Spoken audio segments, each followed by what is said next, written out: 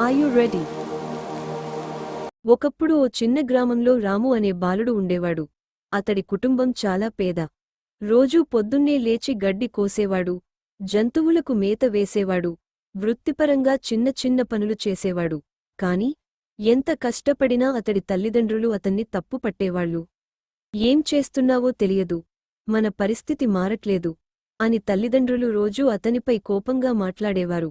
గ్రామంలో అందరూ అతనిని చిన్నచూపు చూశారు. ఆ రాము పేదోడు గదా అని నవ్వేవాళ్లు. పాత బట్టలు, పాదరక్షలు లేని పాదాలు, తినడానికి చక్కగా ఆహారం కూడా లేకుండా ఎన్నో కష్టాలు అనుభవించాడు రాము. కాని రాము మాత్రం ఒక్కమాట గట్టిగా తన మనసులో పెట్టుకున్నాడు. ఒకరోజు నేను తప్పకుండా విజయవంతుడవుతాను. 10 ఏళ్లకే పనిలోకి వెళ్లిపోయిన రాము మట్టిని తవ్వడం నుంచి భద్రతా కాపలాదారుగా పనిచేశాడు.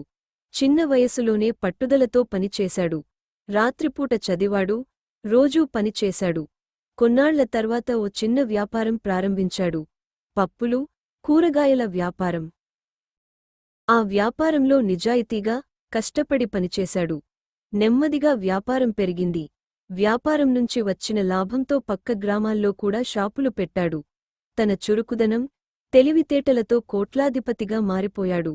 కొంతకాలానికి రాము తన గ్రామంలోనే ఒక పెద్ద బంగ్లా నిర్మించాడు.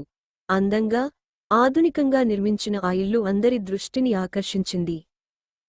ఈసారి వింత జరిగింది. గతంలో నవ్వినవాళ్లంతా ఇప్పుడు అతని వద్దకు వచ్చారు. రాము బాబూ, మా కొడుకు ఉద్యోగం చూసేలా చెప్పు. మా ఇల్లు చెల్లించేందుకు కొంత సహాయం చేస్తావా? రాము వారికి నవ్వుతూ చెప్పాడు. నన్ను పేదోడు అని నవ్విన మీరే కదా. కానీ నా విజయానికి కారణం మీ అవమానమే. అది నాకు శక్తినిచ్చింది. అయితే రాము మహాత్ముడు. అతను అసహించుకోకుండా సహాయం కోరిన ప్రతి ఒక్కరికి సహాయం చేశాడు. ఎందుకంటే అతనికి తెలుసు, కష్టం చేసే వాడికి దేవుడే దారి చూపిస్తాడు.